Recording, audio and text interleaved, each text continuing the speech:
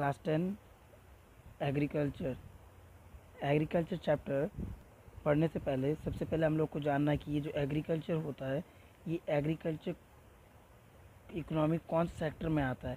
जो एग्रीकल्चर हम लोग जानते हैं कि एग्रीकल्चर प्राइमरी सेक्टर में, हमेशा प्राइमरी सेक्टर में एग्रीकल्चर आता है।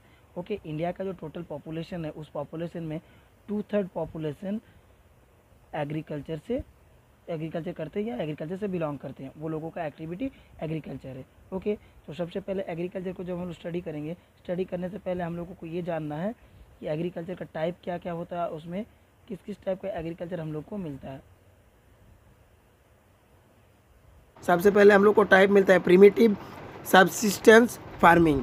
प्रिमिटिव सबसिस्टेंस फार्मिंग क्या होता है? प्रिमिटिव सब्सिस्टेंस फार्मिंग जो है वो इंडिया का काफ़ी सारा जगह में होता है और ये बहुत ही छोटा सा ज़मीन में किया जाता है। स्मॉल पैच ऑफ लैंड, छोटा सा ज़मीन में किया जाता है। और प्रिमिटिव सब्सिस्टेंस फार्मिंग डिपेंड करता है मॉनसून के ऊपर, नेचुरल फर्टिलिटी के ऊपर, सोयल के ऊपर, subsistence of other environment condition और टू द क्रॉप ग्रोन। ये क्या होता है सब्सिस्टेंस, प्रिमिटिव सब्सिस्टेंस फार्मिंग? पेट चलाने के लिए, मतलब एक छोटा सा लैंड होगा जिसमें ट्रेडिशनली वे से होगा, मतलब ट्रेडिशनली वे से मतलब जो पुराना तौर तरीका होता है उस तरह का चीज़ों को यूज़ किया जाएगा। जैसे हम लोग हाल यूज़ करते हैं, जैसे ट्रैक्टर वुक्टर, ये नया कुछ नहीं यूज़ होगा, इसमें सारे पुराना चीज़ होगा। और इसमें जो प्रोडक्टिविटी होगा वो सिर्फ वो लोगों का घर, जो लोग करेंगे वो लोगों को घर चलाने के लिए होगा। इसे हम लोग बोलते हैं प्रिमिटिव सब्सिस्टेंस फार्मिंग। ओके, ये किस किस चीज़ पे ऊपर डिपेंड करता है? ये मानसून पे ऊपर डिपेंड करता है, नेचुरल, और मानसून के ऊपर डिपेंड करता है। जब मानसून अच्छा होगा तो उस पर खेती अच्छा होगा। बट क्या होता है ये, और इसमें जो फर्टिलाइज़र यूज़ किया जाता है वो नेचुरल फर्टिलाइज़र यूज़ किया जाता है। नेचुरल जैसे गोबर हो गया, ये सब खेती में यूज़ किया जाता है। प्रिमिटिव सब्सिस्टेंस फार्मिंग का एक बहुत ही अच्छा एग्जांपल हम लोग को मिलता है एंशिएंट पीरियड में। लोग कैसा करके खेती करते थे? लोग क्या करते थे, सपोज ये एक लैंड हो गया, ये एक फॉरेस्ट लैंड है। वो लोग क्या करते थे, फॉरेस्ट लैंड को, जैसे यहाँ पर पेड़ है, ट्री है, प्लांट सब है, बहुत सारा प्लांट है, प्लांट, ये सारा प्लांट है। इस फॉरेस्ट लैंड को वो लोग क्या करते थे, वो लोग पहले एक फॉरेस्ट लैंड को क्लियर करते थे। ओके, फॉरेस्ट लैंड को ये लोग पेड़ को काटने के बाद पेड़ सब वहीं पर जला देते थे। और उसमें जो राख होता था उस राख को सारे इस पार्ट में लैंड का, सपोज इस पार्ट में वो लोग पूरा लैंड को क्लियर किया, पेड़ को काटा और पेड़ को जला दिया। जलाने के बाद यहाँ पर वो लोग एग्रीकल्चर करते थे। 1 साल करने के बाद जब इसका फर्टिलिटी ख़त्म हो जाता था तो वो लोग फिर क्या करते थे, इस ज़मीन को छोड़ के वो लोग दूसरा इस पार्ट में आ जाते थे। इस पार्ट में आने के बाद यहाँ का जो लैंड है इसको भी इस तरह से साफ करके इसका जो ट्री होता था उसको काट के जला के यहाँ पर खेती करता था।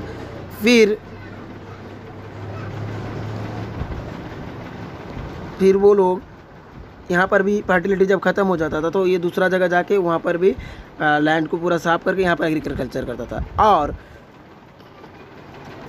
2-3 साल बाद या आफ्टर 2 और 3 ईयर जब फर्टिलिटी इसका इंक्रीज़ हो जाता है इस पार्ट में, तो इस पार्ट में आके वो लोग अपना खेती करते थे या एग्रीकल्चर करते थे। इस टाइप का जो खेती होता था या एग्रीकल्चर होता था, मतलब जंगल को काट के आग लगा के फिर उसमें जो उसका जो राख होता है उसको दे के जो खेती किया जाता था उसको बोला जाता है slash and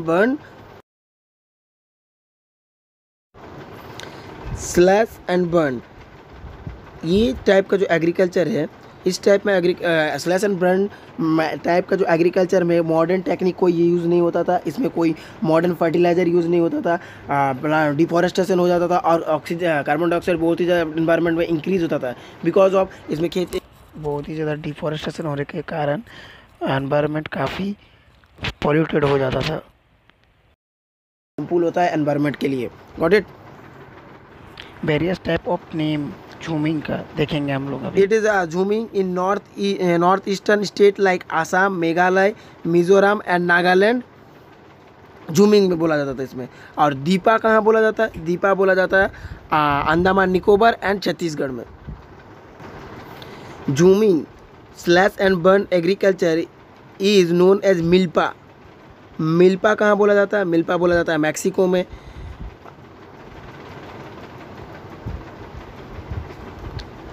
and central America. Conoco कहाँ बोला जाता है? कोनोको वेनेजुएला में बोला जाता है।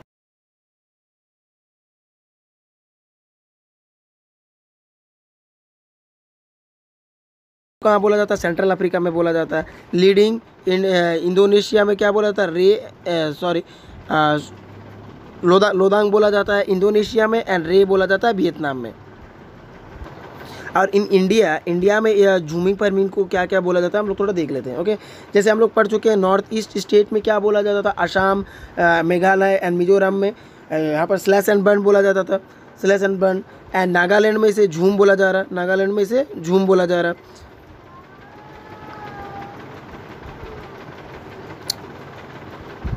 नागालैंड में हम लोग इसे क्या बोल रहे हैं? झूम झूम बोला जा रहा है। मणिपुर में इसे बोला जाता है पमलोन, पमलोन मणिपुर में बोला जाता है। छत्तीसगढ़ एंड अंडमान निकोबार में क्या बोला जाता है? इसे दीपा बोला जाता है। झारखंड में स्लैश एंड बर्न को क्या बोला जाता था? कोरवा, कोरवा बोला जाता था। एंड राजस्थान में इसे बोला जाता है वलरे। तो हम लोग देख चुके हैं कि प्रिमिटिव सब्सिस्टेंस फार्मिंग किसे बोला जाता है। ओके, प्रिमिटिव सब्सिस्टेंस एरिया होता है। But second one is intensive subsistence farming. यह कहाँ होता है कि जहाँ पर पॉपुलेशन ज़्यादा होता है और लैंड उस हिसाब से कम होता है, वहाँ पर क्या किया जाता है? उस प्लॉट में या उस लैंड में, एग्रीकल्चर का छोटा सा लैंड में बहुत सारा फर्टिलाइज़र यूज़ करके उसमें बहुत ही ज़्यादा प्रोडक्टिविटी लाया जाता है। This type of farming is practiced in the area of high population pressure land. High population pressure land. High population pressure land. It is a labor intensive farming there where high doses of biochemical input and irrigation are used for obtaining higher production. क्या किया जाता है यहाँ पर? बहुत ही ज़्यादा biochemical fertiliser use किया जाता है। जिस तरह से इससे पहले हम लोग जब पढ़े थे प्रिमिटिव सब्सिस्टेंस पढ़े थे, उसमें क्या था? उसमें मानसून के ऊपर डिपेंड होता था, मानसून के ऊपर डिपेंड करता है। बट इंटेंसिव सब्सिस्टेंस में मानसून के ऊपर डिपेंड नहीं होके इरीगेशन के ऊपर डिपेंडेबल होता है। मतलब जिस टाइम रेनफॉल नहीं होता उस पीरियड में भी क्या किया जाता है? वाटर सोर्स या इरिगेशन से वाटर लेके एग्रीकल्चर किया जाता है और उस लैंड में ज़्यादा फर्टिलाइज़र यूज़ करके ज़्यादा प्रोडक्टिविटी लाया जाता है। बिकॉज ऑफ हायर पॉपुलेशन बहुत ज़्यादा है। पॉपुलेशन को अगर हम लोगों को हेल्थ हाइजीनिक को देखेंगे, उस साइड को देखेंगे, तो वो लोगों को खाना देना ज़रूरी है। तो वो लोगों को कहाँ खाना मिलेगा? इसीलिए जितना लैंड है उसमें उसको ज़्यादातर यूज़ करके, ज़्यादातर बेहतर करके उसमें बहुत ज़्यादा प्रोडक्टिविटी लाना को बोला जाता है intensive subsistence farming. At present day हम लोग क्या देखते हैं कि एक फैमिली होता है, ये एक पर्सन है। क्या होगा इसका? ये इतना सपोज करो ये इसका एग्रीकल्चरल लैंड है। ओके, आफ्टर दैट इसका क्या होता है? इसका 2 सन होता है। ओके, 2 सन हो गए थे। अभी ये 2 सन के बीच अगर ये डिवाइड हो जाएगा ये पार्ट, तो ये कम हो जाएगा एक जन का। तो ये जो एग्रीकल्चर लैंड था वो डिवाइडेड हो गया। फिर क्या होगा? इन लोगों का भी क्या होगा? सन होता है, फिर इन लोगों का भी होगा। तो आस्ते आस्ते ये क्या लैंड, एग्रीकल्चर लैंड क्या हो गया? बढ़ जा रहा है और छोटा पड़ते जा रहा है। बट पॉपुलेशन तो दिन ब दिन इंक्रीज होते जा रहा है। तो इस टाइप के कंडीशन में हम लोग क्या करते हैं? इंटेंसिव सब्सिस्टेंस फार्मिंग करते हैं। The third one is commercial farming. Third one is commercial farming. ये कॉमर्शियल फार्मिंग नाम से इसका पता चल रहा है। कॉमर्शियल फार्मिंग मतलब जो एग्रीकल्चर या जो एक्टिविटी बिजनेस पर्पस में किया जाता है, ट्रेड के लिए किया जाता है। ओके, तो ट्रेड के लिए करने के लिए या बिजनेस के लिए करने के लिए क्या करना होगा? बहुत ही ज़्यादा हाई प्रोडक्टिविटी लाना पड़ेगा। तो इस टाइप का एग्रीकल्चर, जिस टाइप का एग्रीकल्चर को हम लोग क्या करते हैं? ट्रेड के लिए करते हैं या बिजनेस के लिए करते हैं, उसे हम लोग क्या बोलते हैं? कॉमर्शियल फार्मिंग बोलते हैं। Okay, in this farming, commercial farming, industry के लिए जो रॉ मटेरियल है, इंडस्ट्री के लिए जो रॉ मटेरियल ज़रूरत होता है उसको प्रोडक्ट किया जाता है। रॉ मटेरियल रॉ मटेरियल, और बहुत ही हाई स्केल पे किया जाता है। और इसमें इस प्रोडक्टिविटी में बहुत ही हाई स्केल प्रोड्यूस करने के लिए क्या क्या यूज़ किया जाता है या क्या क्या टेक्निक यूज़ किया जाता है वो देखेंगे। सबसे पहले इसमें क्या यूज़ किया जाता है, high yielding seeds. High yielding seeds मतलब HYV जिसे बोलते हैं हम लोग, high yielding seed, high yielding variety, sorry high yielding variety का सीड यूज़ किया जाता है। देन केमिकल फर्टिलाइज़र यूज़ किया जाता है। केमिकल फर्टिलाइज़र बहुत ही यूज़ में लाया जाता है। एंड कैपिटल इन्वेस्टमेंट, इसमें कोई एक लैंड से बहुत ही, लैंड भी क्या होता है, बहुत ही बड़ा होता है, तो उसमें जब कोई कमर्शियल फार्मिंग करेगा तो उसमें कैपिटल बहुत ह्यूज क्वांटिटी में या ह्यूज कैपिटल इन्वेस्ट करना ज़रूरी होता है। एंड इसमें जो लेबर है वो फैमिली लेबर से काम नहीं चलता, इसके लिए क्या करना पड़ता है, माइग्रेंट लेबर या स्किलफुल लेबर का ज़रूरत होता है इसमें, क्योंकि इसमें प्रोडक्टिविटी हाई चाहिए तो इसमें इन्वेस्टमेंट भी ज़्यादा होना चाहिए। लाइक एग्जांपल हम लोग लेते हैं, जैसे एग्जांपल हो गया टी इन असम में जो, एंड वेस्ट बंगाल में जो टी होता है, ठीक है, ये सारा चीज़ क्या है, टी एक market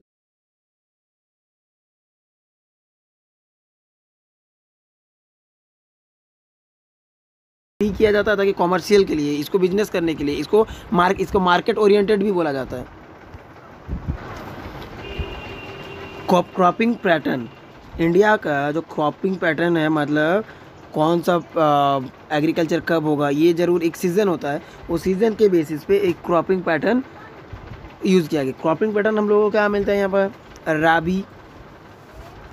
rabi, kharif and Zaid, ये 3 पैटर्न हम लोगों को देखने मिलता है। ये 3 पैटर्न के करके हम लोग, rabi crops are sown in winter from October to December. इसको बोया कब जाता है, इसको बोया जाता है अक्टूबर और दिसंबर के मंथ में। एंड इसका हार्वेस्ट कब किया जाता है, इसका हार्वेस्ट किया जाता है अप्रैल एंड जून में, मतलब इसको काटा जाता है, हार्वेस्ट किया जाता है कब, अप्रैल एंड जून में। Some of the important rabi crops are wheat, barley, peas, grams,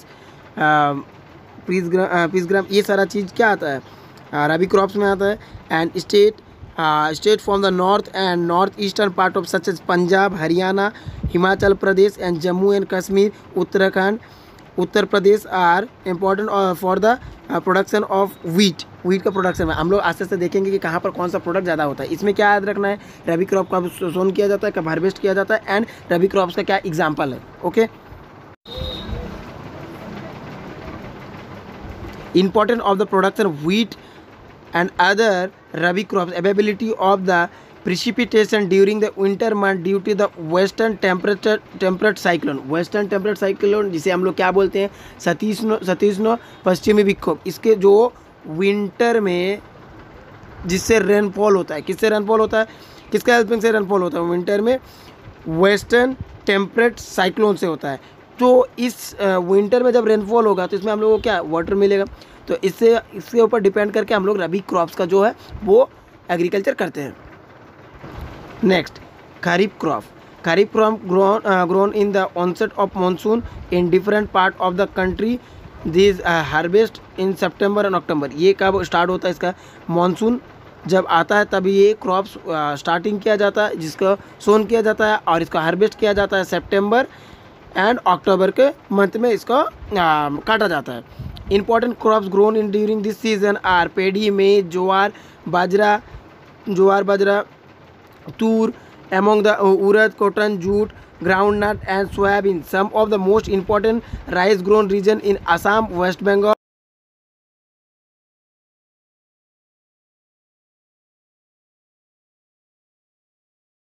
kharif crop है, इट्स मीन्स पेडी होता है या राइस होता है, वो कहाँ पर होता है, ये सारा जगह का नाम बताया गया है यहाँ पर। Okay, Paddy also become an important crop of Punjab, Haryana in the state like Assam, West Bengal, Odisha. The crop paddy पेडी जो होता है उसका 3 टाइप मिलता है। एक क्या मिलता है, आउस, अमन एंड बोरो, ये तो हम लोग ऑलरेडी जानते हैं। Okay, in between 2 rabi and rabi and kharif, kharif के बीच का जो सीज़न होता है उसको हम लोग क्या बोलते हैं, जैद बोलते हैं। Okay, in between the rabi and kharif season there is a short season during the summer month known as zaid season. Some of the crop produced during the zaid are watermelon, muskmelon, cucumber, vegetable and fodder crops. Sugar can take almost a year to grow. देखो यहाँ पर एक fodder crop बोला जा रहा है। Fodder crop मतलब जिसको हम लोग चारा बोलते हैं, फूड एंड फूडर बोला जाता है। यहाँ पर एक वर्ड यूज़ होता है कभी कभार, food and fodder, both food and fodder, which means ये क्या होता है, खाने का भी होता है और चारा का भी होता है। ओके, उसे हम लोग क्या बोलते हैं, फूड एंड फूडर बोलते हैं। ओके नाउ अभी हम लोग देखेंगे कि इंडिया में जो क्रॉप्स होता है उस क्रॉप्स के बारे में थोड़ा बहुत हम लोग जानेंगे। सारा चीज़ हम लोग देख लिए, क्या होता है, टाइप फार्मिंग, सब कुछ। अभी देखेंगे राइस के बारे में हम लोग जानेंगे। राइस, ये राइस जो होता है इंडिया में, इस सबसे पहले कोई भी फसल जब प्रोडक्टिविटी पढ़ेंगे तो हम लोग क्या देखेंगे कि उसका फेयरवेल कंडीशन क्या है, वो कहाँ कहाँ पर होता है। तो राइस के लिए क्या चाहिए, राइस के लिए फर्टिलाइज लैंड तो चाहिए ही, साथ साथ इसका टेम्परेचर कितना होना चाहिए। राइस के लिए टेम्परेचर होना चाहिए 25 डिग्री सेंटीग्रेड टेम्परेचर होना चाहिए। रेनफॉल कितना होना चाहिए, रेनफॉल 100 डिग्री सेंटीग्रेड से ज़्यादा होना चाहिए। Okay, rice is the staple food crop of a majority of the people in India. Rice सबसे ज़्यादा यूज़ होता है, हम लोग जानते हैं। हम लोग एक दिन राइस नहीं मिलेगा तो हम लोग, चावल नहीं मिलेगा तो हम लोग नहीं रह पाते हैं। Our country is second largest producer of rice in the world. It's means China सबसे पहले आता है, चाइना सबसे पहले आता है, देन हम लोग को इंडिया राइस प्रोडक्टिविटी में कौन आता है, इंडिया आता है। तो हम लोग का रैंक क्या है राइस को लेके, रैंक हम लोग का सेकंड है। एंड राइस किस में आता है, राइस कौन सा क्रॉप में आता है, राइस खरीफ में आता है। ये सारा चीज़ को याद रखना क्योंकि एक नंबर का क्वेश्चन कभी कभार आ जाता है। और China first, India second and Indonesia जो है वो थर्ड में आता है। Rice is grown in the plain of north and northern eastern India. Coastal area कहाँ पर होता है, नॉर्दर्न, जहाँ पर हम लोग प्लेन एरिया पढ़ चुके हैं इससे पहले। Plain area it's means Uttar Pradesh का जो पार्ट है इंडिया का, ये तो हो गया। यहाँ पर तो माउंटेन था, यहाँ पर जो प्लेन एरिया है यहाँ पर ज़्यादा राइस का कल्टीवेशन होता है। Eastern India, coastal area and delta region. Development of the dense network of canal irrigation and tubewells have made it possible to grow rice in area of less rainfall such as Punjab, Haryana, Western Uttar Pradesh and part of the Rajasthan। मतलब जहाँ पर पानी का कमी है वहाँ पर क्या किया गया, ट्यूबवेल्स और इरिगेशन से पानी कलेक्ट किया जाता है और एग्रीकल्चर किया जाता है राइस का। नेक्स्ट हम लोग देखते हैं वीट जो है, वीट क्या है, एक रबी क्रॉप है। वीट एक रबी क्रॉप है और ये इसको ग्रोन होने के लिए क्या चाहिए, कूल ग्रोइंग सीजन चाहिए, cool growing season. As we know that rabi crop कब होता है, विंटर में होता है। तो इसके लिए क्या चाहिए, कूल वेदर होना चाहिए और सनशाइन होना चाहिए। रेनफॉल जो है रबी क्रॉप के लिए, वीट के लिए कितना होना चाहिए, 50 से 75 सेंटीमीटर रेनफॉल होना चाहिए इसके लिए।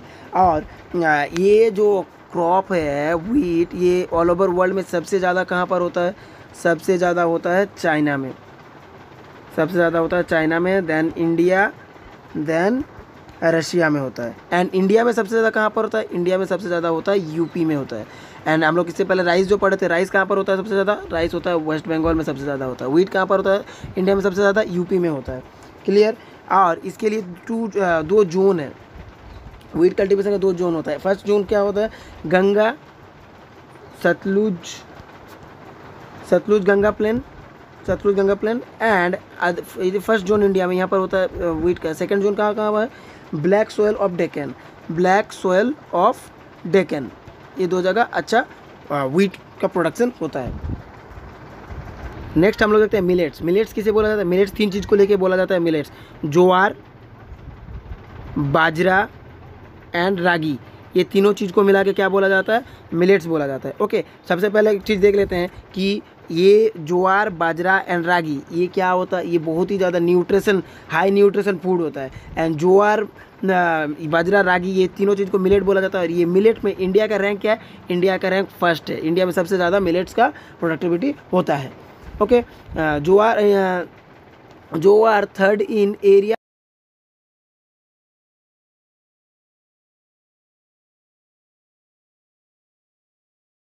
में।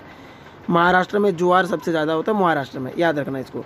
एंड रागी कहाँ पर होता है? ड्राई ग्रोन और red black Sandy Lumi and swallow black soil in iron and calcium. ये होता है कर्नाटक में, सॉरी रागी होता है कर्नाटक में। रागी कहाँ होता है? रागी कर्नाटक में होता है।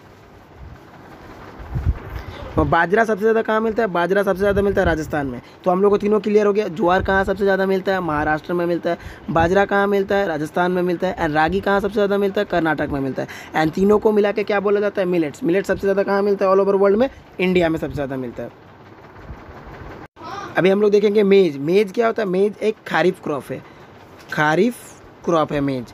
ओके, ये मेज कहाँ पर सबसे ज़्यादा मिलता है?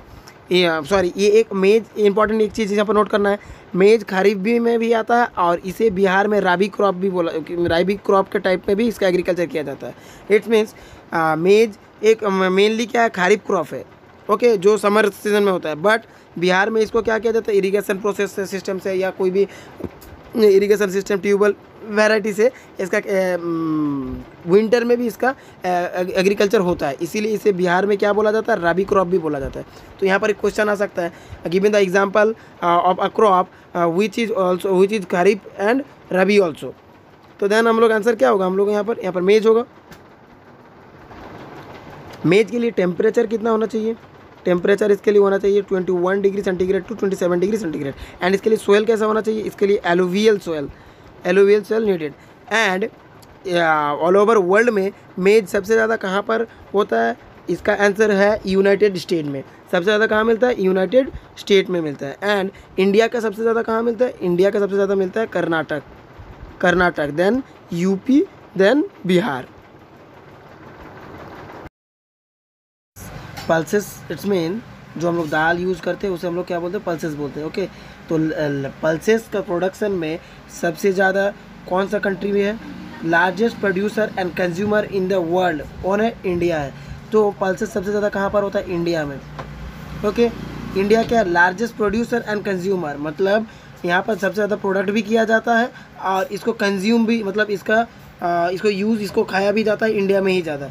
तो सबसे ज़्यादा वर्ल्ड में है, इंडिया टॉप में है। ओके, एंड इंडिया का कहाँ पर है? तो यहाँ पर सबसे ज़्यादा पल्सेस होता है वो है मध्य प्रदेश में। कहाँ होता है? मध्य प्रदेश, एमपी, मध्य प्रदेश। और ऑल ओवर वर्ल्ड में सेकंड पोजीशन में पल्सेस में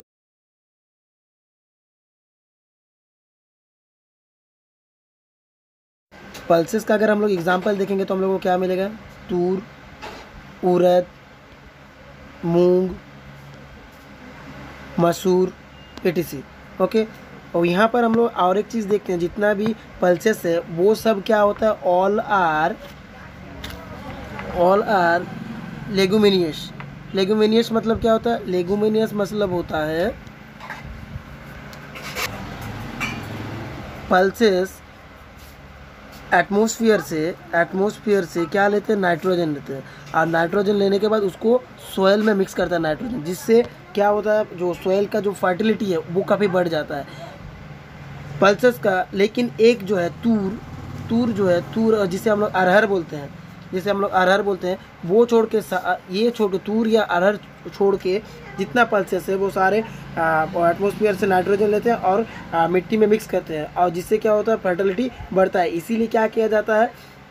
पल्सेस को हर क्रॉप सीजन में एक इंटरवल में पल्सेस को कल्टीवेट किया जाता है, जिससे सोयल का फर्टिलिटी ग्रो करता है। पल्सेस कहाँ पर होता है? सबसे ज़्यादा बोले हम एमपी, देन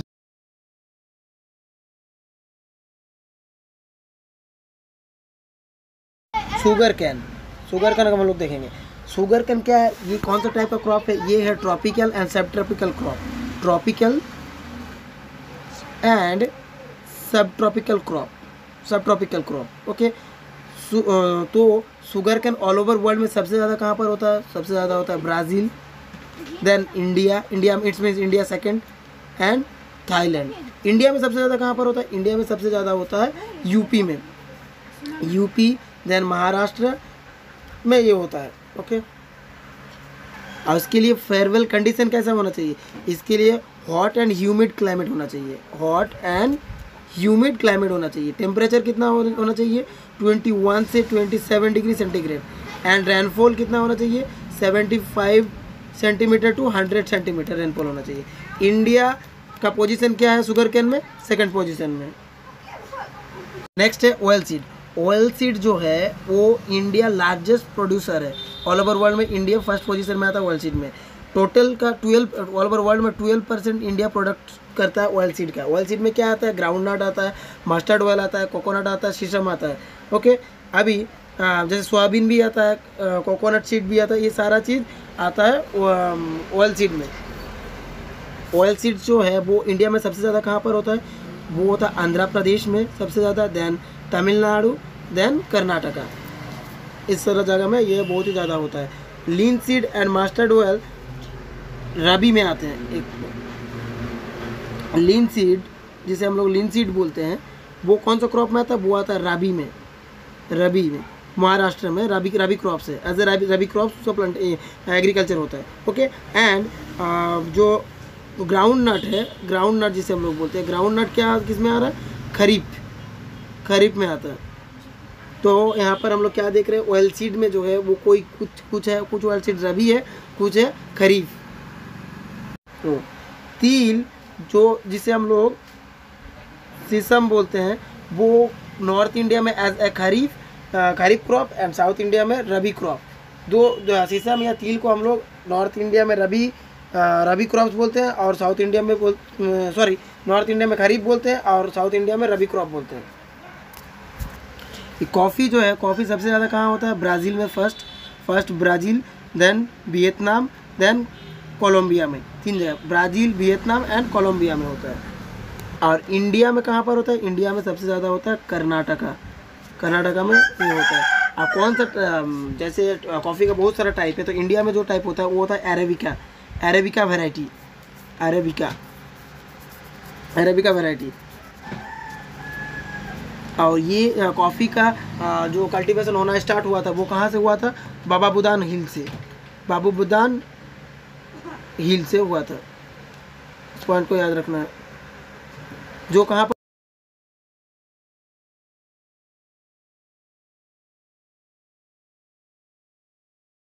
रखना है कि कॉफ़ी कहाँ पर होता है, सबसे ज़्यादा ब्राज़ील में होता है और इंडिया में कहाँ पर होता है, कर्नाटक में होता है। हॉर्टिकल्चर, इसका मतलब क्या होता है, जहाँ पर हम लोग वेजिटेबल्स एंड फ्रूट्स ये सारा को मिला जुला के हम लोग जो प्रोडक्टिविटी करते हैं उसे हम लोग क्या बोलते हैं, horticulture. Largest producer of the fruit and vegetables in the world कौन है, लार्जेस्ट वेजिटेबल, ये इंडिया आता है, फर्स्ट रैंक में आता है इंडिया। ओके, 30% वर्ल्ड का 30% प्रोडक्ट करता है इंडिया। इंडिया का जो मैंगो है, मैंगो सपोज हम लोग लेते हैं, फ्रूट में मैंगो भी आता है। मैंगो सबसे ज़्यादा कहाँ पर होता है, मैंगो होता है महाराष्ट्र में। सबसे ज़्यादा मैंगो कहाँ मिलता है हम लोगों को, महाराष्ट्र में मिलता है। नेक्स्ट हम लोग देखेंगे ऑरेंज हम लोगों को कहाँ मिलता है सबसे ज़्यादा, ऑरेंज हम लोग को मिलता है नागपुर में मिलता है, एंड चेरापूंजी, नागपुर एंड चेरापूंजी में हम लोग को ऑरेंज मिलता है। बनाना सबसे ज़्यादा कहाँ मिलता है, बनाना मिलता है केरला, मिजोरम। ओके, लीची कहाँ मिलता है, लीची एंड गुआवा मिलता है हम लोगों को यूपी में। लीची गुआवा कहाँ मिल रहा है हम लोगों को, यूपी में। एंड पाइनएप्पल कहाँ मिल रहा है, पाइनएप्पल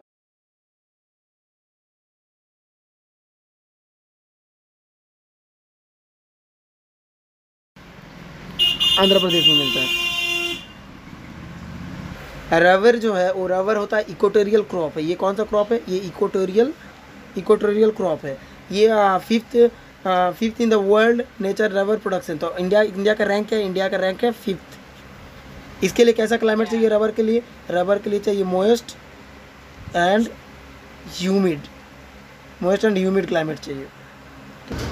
क्लाइमेट कैसा चाहिए, moist and humid, and rainfall 200 centimetre rainfall and temperature 25 degree centigrade. ये सबसे ज़्यादा इंडिया में कहाँ पर होता है, केरला में ज़्यादा होता है। देन होता है तमिलनाडु, देन आंध्र प्रदेश, गारो हिल।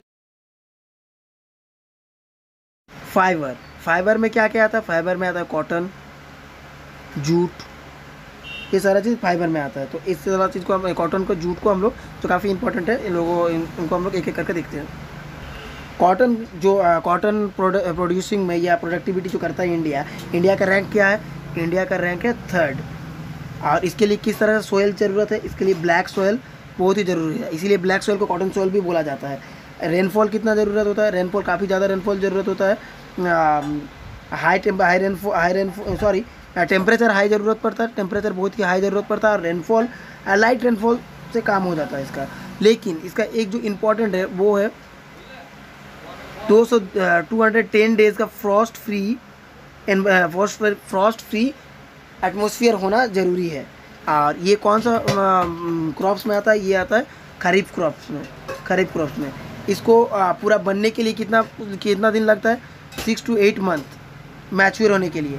सबसे ज़्यादा कहाँ पर मिलता है? सबसे ज़्यादा मिलता है महाराष्ट्र में। इंडिया में सबसे ज़्यादा कहाँ मिलता है? Maharashtra. Then Gujarat, MP, Madhya Pradesh, Karnataka, Andhra Pradesh, Tamil Nadu. Next जो है वो है जूट को क्या बोला जाता है? जूट को गोल्डन फाइबर बोला जाता है। Golden fibre. इसके लिए क्या चाहिए? ऑयल ड्रेन सोयल चाहिए, मतलब पानी अच्छा से आए उस तरह से सोयल चाहिए इसके लिए।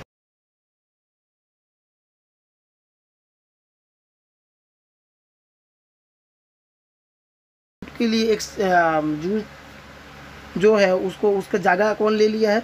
जूट के लिए जगह ले लिया नायलॉन ले लिया, जिसके नायलॉन का यूज आजकल ज़्यादा होता है, जिससे क्या हो गया? जूट का जो प्रोडक्टिविटी है वो काफ़ी कम हो गया।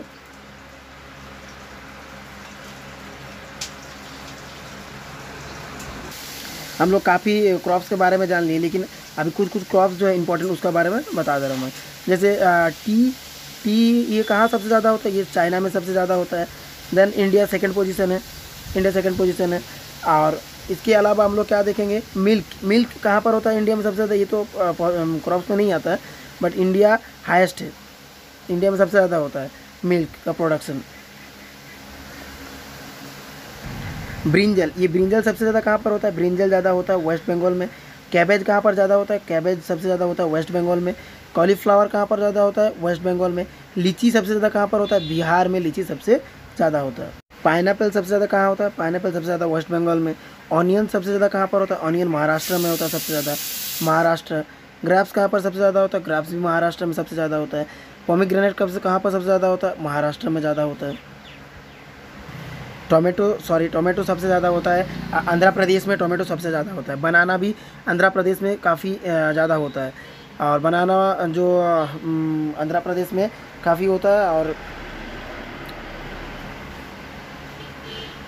पपाया भी आंध्र प्रदेश।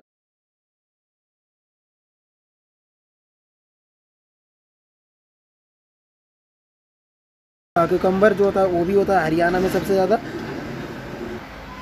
स्ट्रॉबेरी जो है वो कहाँ सबसे ज़्यादा प्रोडक्टिविटी होता है? वो होता है हरियाणा में। Haryana, H for Haryana. Okay,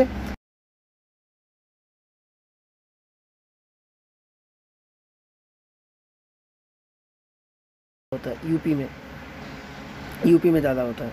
and mango जो है वो कहाँ पर होता है? ये भी यूपी में ज़्यादा होता है। कीवी हम लोग किसे बोलते हैं? न्यूजीलैंड के प्लेयर लोग को कीवी बोलते हैं। कीवी पहले सिर्फ न्यूजीलैंड में होता था, बट इंडिया में भी अभी होना स्टार्ट हो गया है। वो कहाँ पर होता है? अरुणाचल प्रदेश में होता है। एंड जैस्मिन कहाँ होता है? जैस्मिन तमिलनाडु में ज़्यादा होता है, तमिलनाडु में। एंड ऑर्चिड जो है वो अरुणाचल प्रदेश में होता है, अरुणाचल प्रदेश। इसके बाद जो है जम्मू कश्मीर में क्या क्या होता है वो चीज़ को हम लोग देखेंगे। जम्मू कश्मीर में क्या होता है? एप्पल होता है, वॉलनट होता है, walnut, WAL, walnut. And tulip भी ज़्यादा होता है वहाँ पर। साफरन भी ज़्यादा होता है।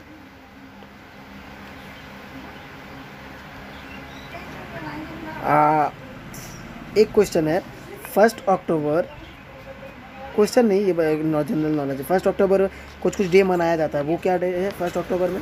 वर्ल्ड वेजिटेरियन डे मनाया जाता है। Celebrated for world vegetarian day, world coffee day.